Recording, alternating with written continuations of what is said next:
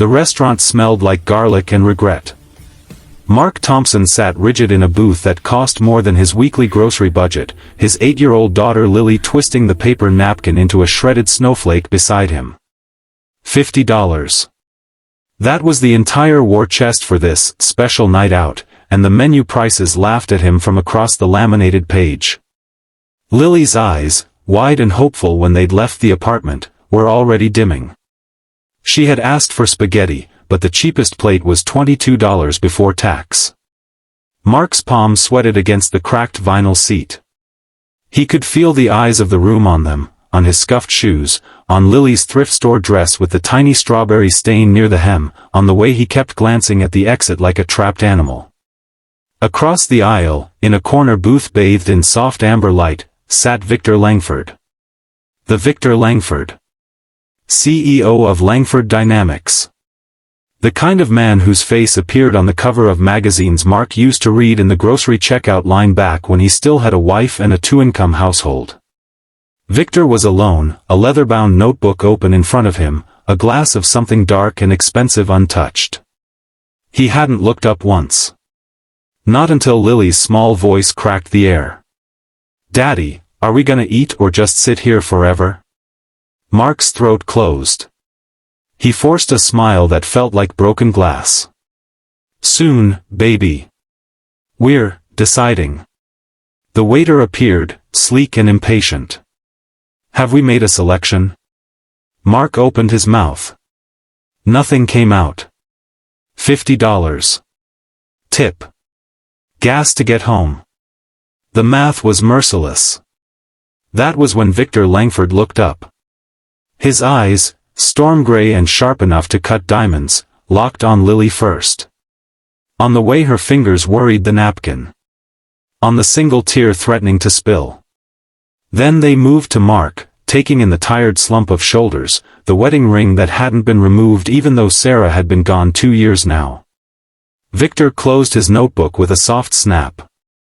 "Excuse me," he said to the waiter, voice low but carrying like a church bell. "Whatever the little girl wants, put it on my tab." Mark's head snapped up.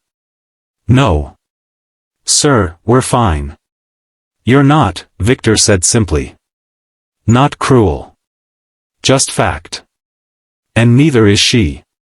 Lily peeked around her father's arm. "Spaghetti," she whispered, as if the word itself might cost extra. Victor smiled, and it transformed his face from boardroom predator to something almost human. "With extra meatballs. And chocolate cake for dessert. The big slice." The waiter hesitated, glanced at Mark, then at Victor's black credit card already sliding across the table like a royal decree. Mark's pride reared up, hot and ugly. "I can't let you." "You're not letting me do anything," Victor interrupted. "I'm doing it." "There's a difference." Lily tugged Mark's sleeve. "Daddy, please.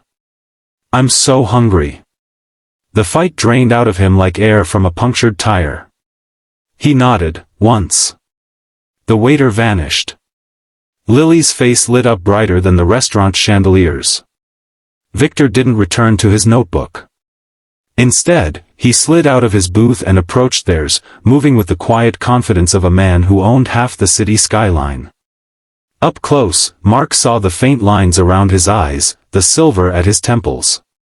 The man was older than the magazine photos, 50, maybe 55. Tired, in a way money couldn't fix. "Mind if I sit?" Victor asked. Mark gestured weakly at the empty bench across from them. Lily scooted over to make room, as if royalty had just asked to share her crayons. Victor folded his tall frame into the booth. "I'm Victor." "Mark. This is Lily." "I like your dress," Victor told Lily. "Strawberries are my favorite." Lily beamed. "Daddy got it at the store with the big red bullseye. It was on sale." Mark winced. Victor's mouth twitched, amusement, not mockery. The food arrived faster than Mark thought possible. Mountains of spaghetti, steaming and fragrant. Lily attacked it with the ferocity of a starved wolf cub. Mark picked at his own plate, chicken something, he couldn't remember, watching his daughter's joy like it might vanish if he blinked. Victor watched too. How long since her mom? The question hung in the air, gentle but pointed. Mark swallowed. 2 years. Cancer. She was 34. Victor nodded, eyes on Lily. My wife was 36. Car accident. 10 years ago last month. The confession startled Mark. This man, who could buy the restaurant and everyone in it, carried the same hollow space in his chest. Lily, mouth full, mumbled, Mommy used to make spaghetti on Fridays. With the burnt garlic bread. Mark's eyes burned. He hadn't made garlic bread since the funeral. Victor signaled the waiter again. Burnt garlic bread. Extra crispy. And a bottle of that sparkling apple cider, the good stuff. Lily giggled, a sound Mark hadn't heard in months. Bubbles tickle my nose. The night unfolded like a dream Mark was afraid to wake from. Victor asked Lily about school, she was failing math but loved art. He asked Mark about work, night security at a warehouse, 12-hour shifts, barely above minimum wage. He didn't offer pity. He listened. Really listened. The way Sarah used to, before the chemo stole her voice. At one point, Lily climbed into Victor's lap to show him a drawing she'd done on the kids' menu, a crooked house with a swing set and 3 stick figures labeled Daddy, Lily, Mommy in Heaven. Victor's finger traced the clouds where Sarah floated, angel wings made of crayon scribbles. She's beautiful, he said, voice rough. Mark couldn't speak. Dessert arrived, chocolate cake so rich it should have been illegal. Lily fed Victor a bite with her sticky fingers. He let her. The CEO of Langford Dynamics, letting an 8-year-old smear frosting on his $3,000 suit. When the bill came, Victor signed it without looking.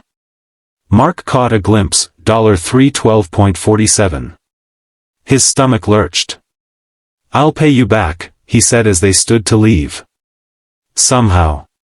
Victor handed him a business card. Thick stock, embossed gold. Come to my office Monday. 9 a.m.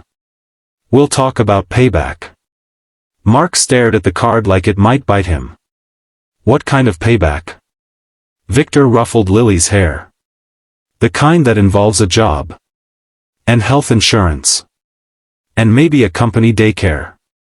Lily gasped. With finger paints? Industrial grade, Victor promised. Mark's knees nearly buckled. Why? Victor's gaze drifted to the exit, where a black town car idled. Because 10 years ago, a stranger paid for my dinner when I was too broke to feed my kid. I promised the universe I'd return the favor. Took longer than I thought. He started to walk away, then paused. One more thing. Lily, your mommy's garlic bread recipe. Write it down for me. I burn everything. Lily nodded solemnly. With extra butter. Monday morning, Mark stood in the gleaming lobby of Langford Dynamics, Lily's hand sticky in his. He wore his only suit, bought for Sarah's funeral, now 2 sizes too big. The receptionist smiled like she'd been expecting them. Victor met them in his office on the 42nd floor. Floor-to-ceiling windows framed the city like a postcard. On his desk sat a child's drawing, taped crookedly beside a framed photo of a woman with Victor's eyes. Facilities manager, Victor said without preamble. Starts at $75,000. Full benefits.